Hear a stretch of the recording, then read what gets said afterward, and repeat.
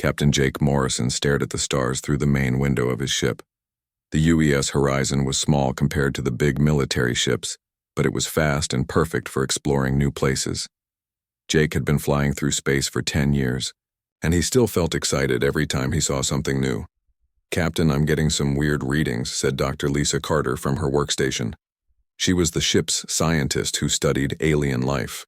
Lisa had short brown hair and always wore her white lab coat, even when they weren't doing experiments. Jake walked over to look at her screen. "What kind of readings?" "Energy signals from a system we've never seen before. It's about 2 light years from here. The patterns don't match anything in our computer files," Lisa said, pointing at the colorful lines on her monitor. Pete Williams, their navigator, looked up from his control panel. "That system isn't on any of our maps, Captain. Earth Command never sent anyone there." Amy Davis, the ship's engineer, wiped grease from her hands with a dirty cloth. "The ship can make the jump if you want to take a look. All systems are working." "Fine." Ryan Clark, who handled communications, turned in his chair. "Should I contact Earth Command and ask for permission?" Jake thought for a moment. The rules said they should always ask permission before going to new places. But that would take weeks. By then, another ship might find whatever was out there. First, Jake had always been curious, and that curiosity had gotten him in trouble before. "No," Jake said finally. "We'll take a quick look and report back. Set course for that system, Pete."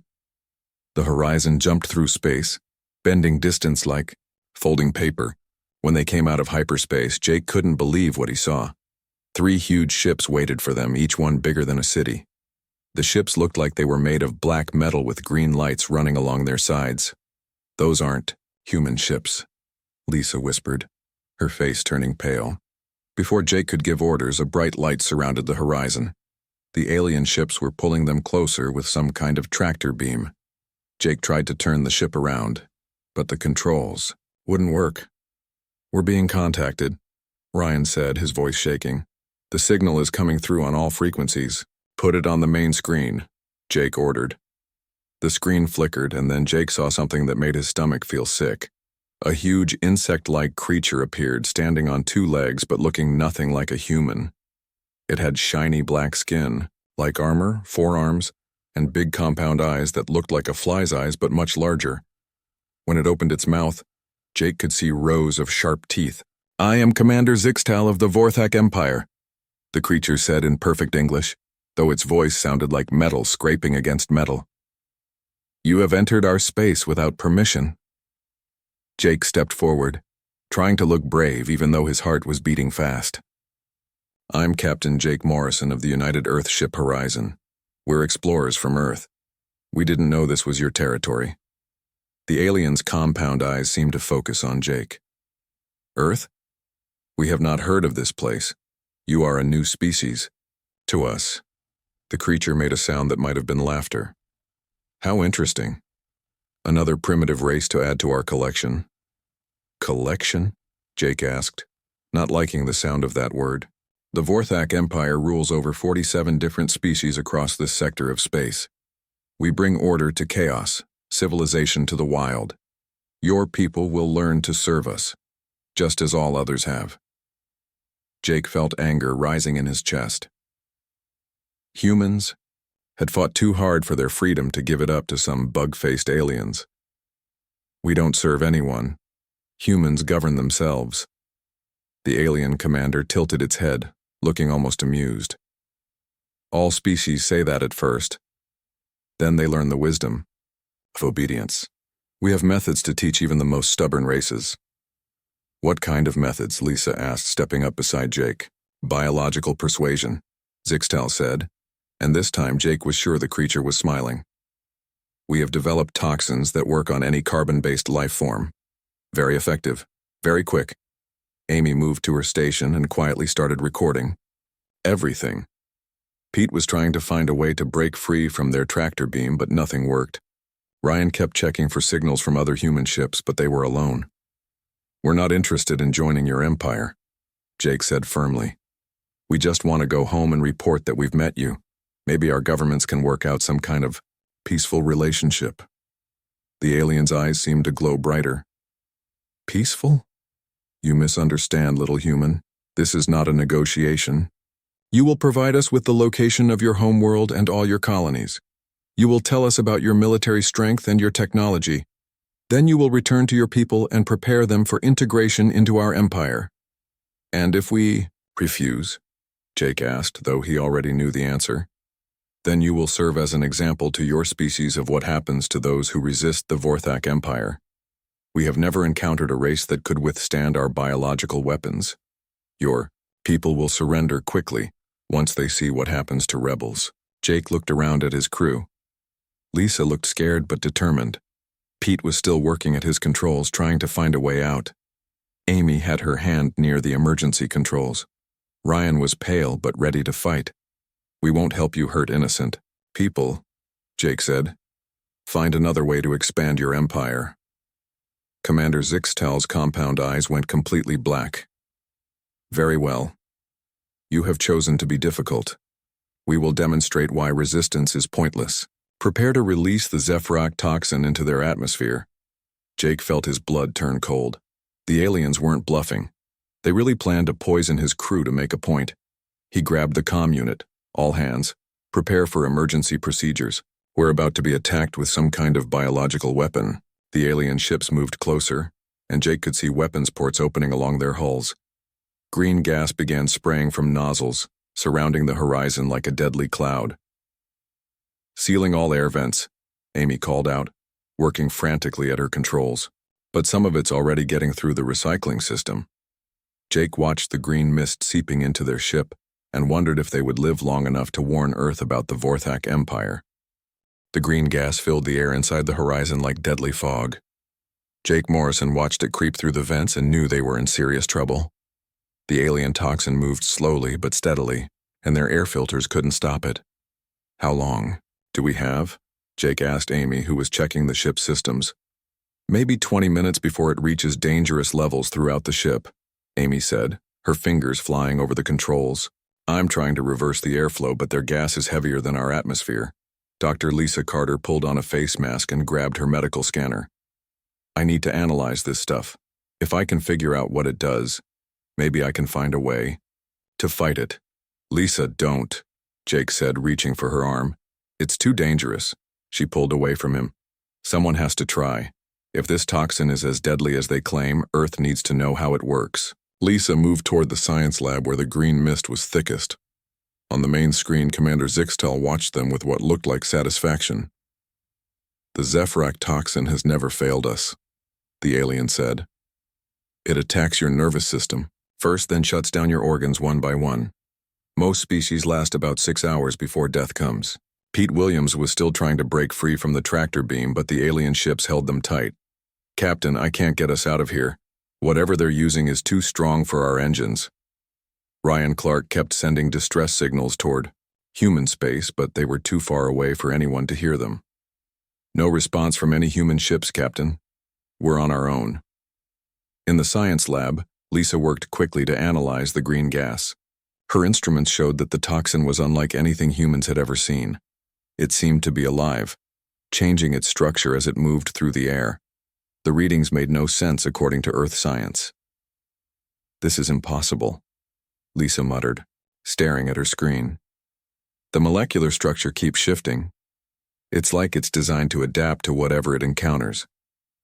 The toxin concentration was getting stronger. Lisa could smell it even through her mask. A sweet, sickly odor that made her feel dizzy. She knew she should leave the lab, but the readings were too important. Earth scientists would need this information. Suddenly, her mask filter gave out. The green mist rushed into her lungs, and Lisa felt like she was breathing liquid fire. She fell to her knees, coughing and gasping. The scanner fell from her hands and clattered across the floor.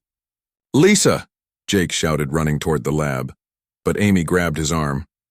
Captain, if you go in there without protection, you'll be infected too, Amy said. We need you to stay healthy to command the ship. Through the lab's window, they watched. Dr. Carter collapsed completely. Her body began shaking violently and foam appeared at the corners of her mouth. The medical scanner on the wall showed her vital signs going crazy. Her heart rate is over 200 beats per minute. Pete said, reading the display. That should be impossible. Jake felt helpless watching his friend suffer. Can we get her out of there? Not without exposing ourselves to the same dose she got, Amy said sadly. That lab has the highest concentration of toxin on the ship.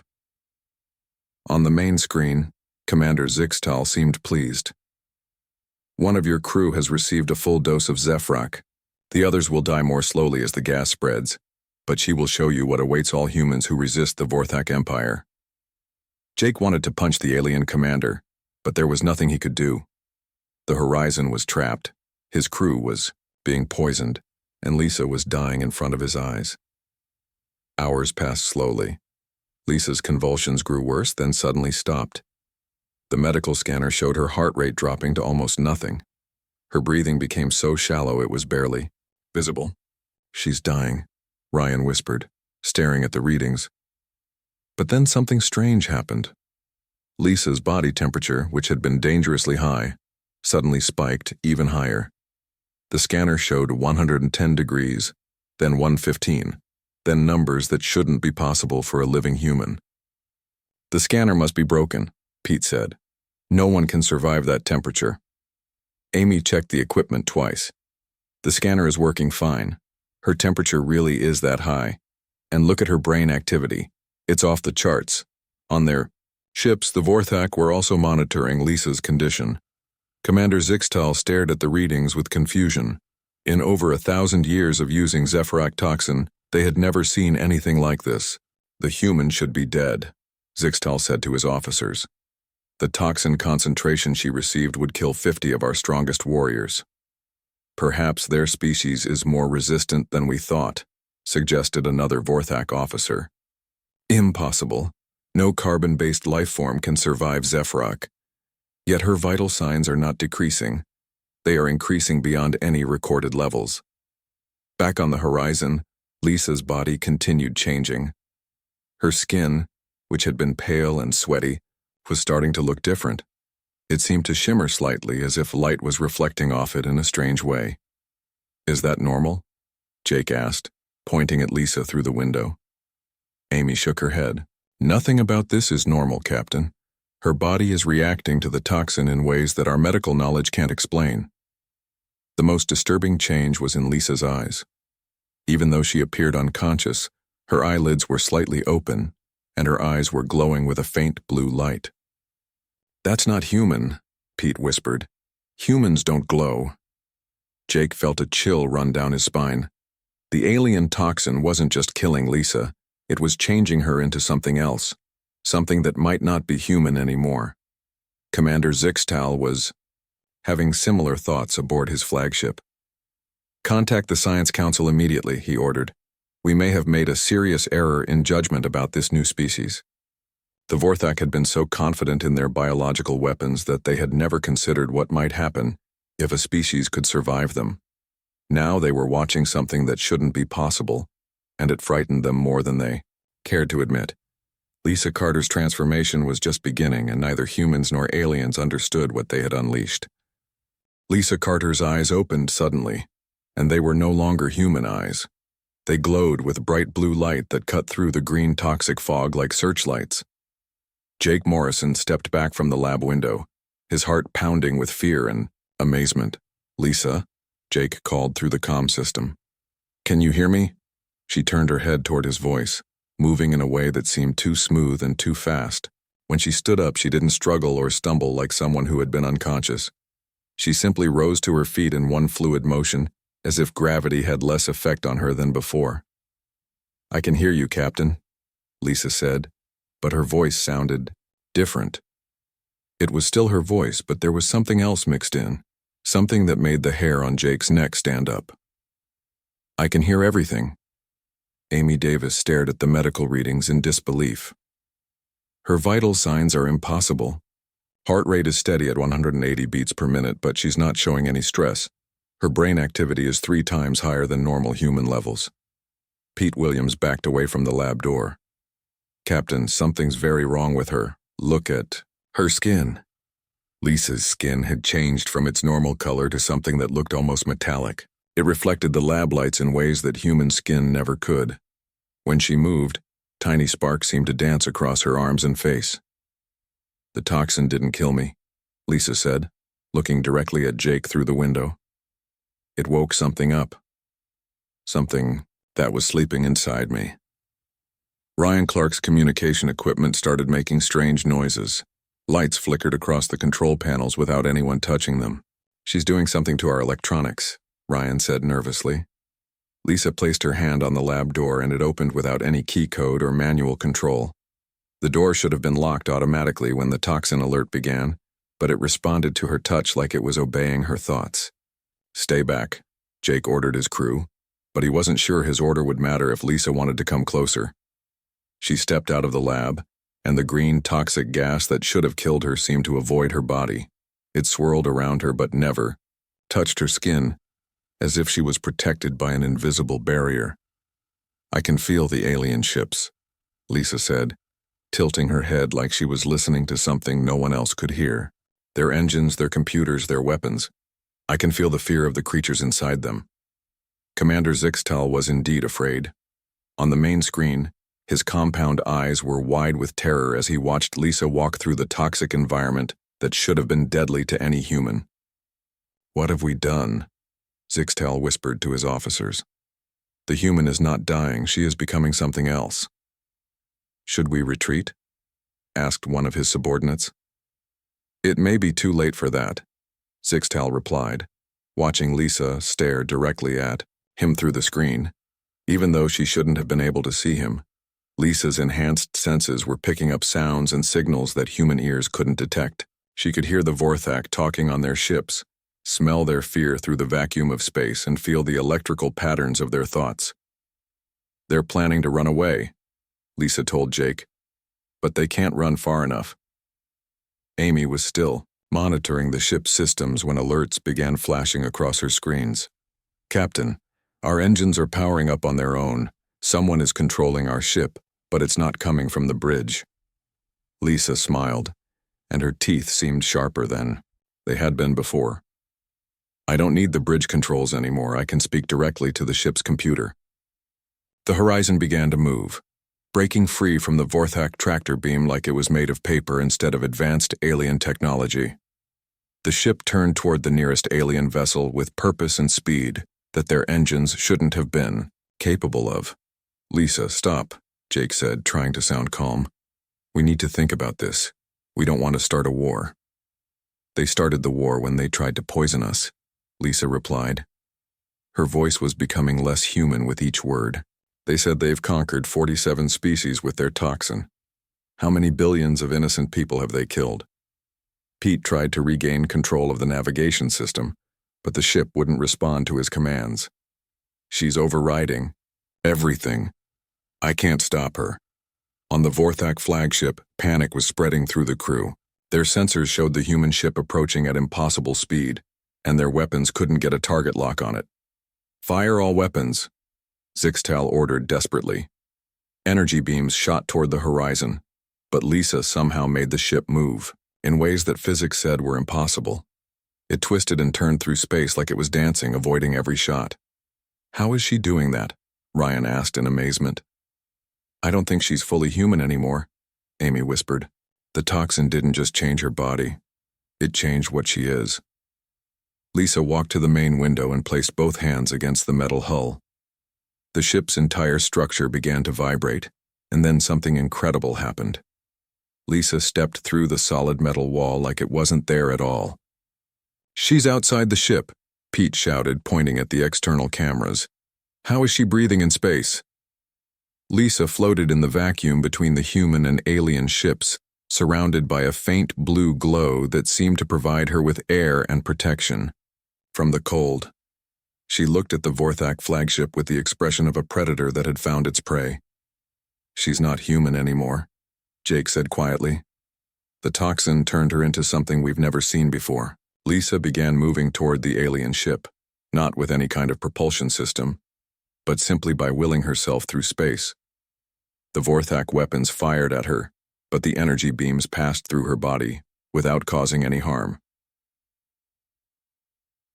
Commander Zixtal watched in horror as this transformed human approached his ship. All vessels prepare to retreat immediately. This creature is beyond our understanding. But Lisa was already at their hull, and she was beginning to phase through their armor, just as she had passed through her own ship. The Vorthak Empire, which had never met a species they couldn't conquer, was about to learn what fear truly meant. The sleeping beast inside humanity had been awakened, and it was far more dangerous than any alien weapon. Lisa Carter moved through the alien ship's hull like a ghost walking through a wall. The Vorthak soldiers inside their flagship had never seen anything like her. Their compound eyes tracked her glowing form as she appeared in their corridors, but their weapons couldn't touch her. Commander Zixtal backed away from his command station as Lisa materialized on the bridge. Her blue glow filled the dark space, and her transformed eyes looked at each alien crew member like she was studying them. "You made a mistake," Lisa said, her voice carrying through the ship's atmosphere even though she shouldn't have been able to breathe their air. "Your toxin didn't kill humans. It made us into something you can't fight." The Vorthak warriors were 8 feet tall and had fought wars across dozens of worlds, but they trembled in front of this small human woman.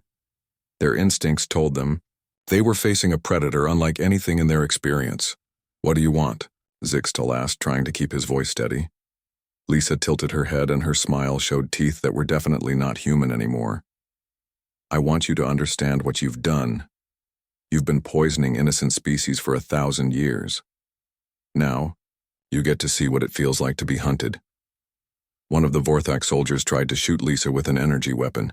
The beam passed right through her body without causing any damage. She looked at the soldier with something that might have been pity. "Your weapons work on normal matter," Lisa explained calmly. "But I'm not entirely normal matter anymore. The toxin changed the basic structure of my atoms." She reached out and touched the soldier's weapon. The energy rifle crumbled into dust at her touch, its metal components breaking down at the molecular level. The soldier dropped the remains and ran. Back on the horizon, Jake Morrison watched through the ship's sensors as Lisa moved through the alien vessel. Her crew was amazed and terrified by what she had become. "She's not killing them," Amy observed, monitoring the alien ship's life signs. "She could destroy them all, but she's just scaring them." Pete Williams shook his head in disbelief. "Look at how they're running from her. These are the same aliens who conquered 47 species, and they're terrified of one transformed human." Ryan Clark was picking up communications from other Vorthak ships in the area. "Captain, they're calling for help. They're sending messages to their entire empire about a ghost human that can't be stopped." Jake felt a mix of pride and worry. Lisa was showing the aliens that humans couldn't be easily conquered, but he wasn't sure if she was still the same person he had known. The transformation seemed to be changing more than just her body. On the alien flagship, Lisa continued her demonstration. She walked through bulkheads, appeared and disappeared at will, and showed abilities that made the Vorthak question everything they thought they knew about physics. "How many species have you destroyed with your toxin?" Lisa asked Commander Zixtal. We bring order to chaos," Zixtal stammered. "We civilize primitive worlds." "You murder billions of innocent people," Lisa corrected him. "You turn their own biology against them. You make them suffer before they die." She placed her hand on the ship's main computer, and information began flowing directly into her mind. She could see records of every world the Vorthak had conquered, every species they had poisoned, every civilization they had destroyed. The Kalari were a peaceful people who lived on floating cities. Lisa read from their files, her voice growing colder. "You killed 3 billion of them because they wouldn't tell you where their mineral deposits were." The Vorthak crew members looked at each other nervously. They had never thought about their victims as individuals before. To them, other species were just obstacles to be removed. "The Zephyrians were artists and philosophers," Lisa continued. "They had no weapons, no armies. You poisoned their entire planet because you wanted their technology." Zixtal tried to justify their actions. "The weak must serve the strong. That is the law of nature." Lisa's eyes blazed brighter. "Then you should understand what's about to happen to you." She reached into the ship's navigation system with her mind and began sending a signal. The message went out to every human colony, every Earthship, every space station in human territory. Jake's communication panel lit up as the signal reached the horizon. "What is she doing?" he asked. Ryan decoded the message, and his face went pale. "She's telling all of humanity what the Vorthak did to her. She's sharing the transformation process." "What does that mean?" Amy asked. "It means other humans are going to be exposed to the toxin," Pete realized. "She's spreading the change." Across human space, scientists and volunteers began experimenting with controlled doses of the alien toxin. Not everyone survived the transformation, but those who did became like Lisa, enhanced humans with abilities that seemed impossible. The Vorthak Empire suddenly found itself facing not one transformed human, but dozens, then hundreds. Each new, transformed human could do things that violated the aliens' understanding of science. Commander Zixtal watched his empire's communications network flood with panic reports. Their fleets were retreating from human space as fast as they could travel. "You have created something terrible," Zixtal told Lisa. "No," Lisa replied. "You created it when you decided to poison us. We just learned to use your weapon better than you do." She began to fade from sight, becoming transparent like a ghost. "Tell your empire what you saw here today. Tell them that humans are not another weak species to be conquered. Tell them that your toxin doesn't kill us.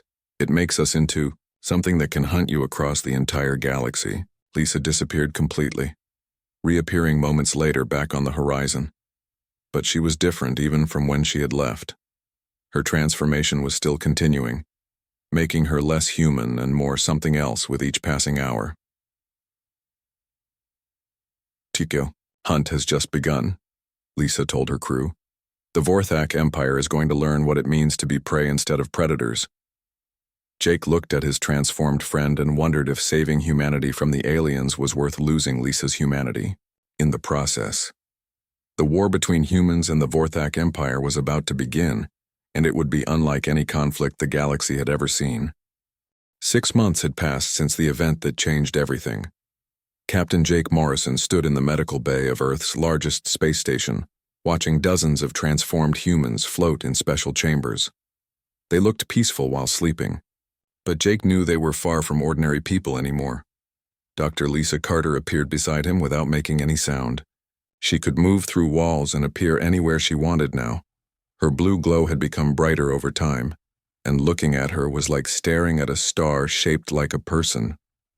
"How many have successfully transformed?" Jake asked. "Over 300 across all human colonies," Lisa replied. Her voice still sounded like her, but there was something ancient in it now, as if she carried the memories of humanity's earliest ancestors. "Not everyone survives the process, but those who do become something the galaxy has never seen before." Jake nodded sadly.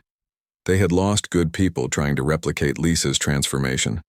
The alien toxin was deadly to most humans, but for those with the right genetic markers, it unlocked abilities that scientists were still trying to understand. Amy Davis approached them, carrying a datapad filled with reports. She had chosen not to attempt the transformation, preferring to help from the technical side. "The Vorthak Empire has retreated from 12 star systems," Amy reported. "Their ships won't even enter the same sector as a transformed human anymore." Pete Williams joined them from the navigation center.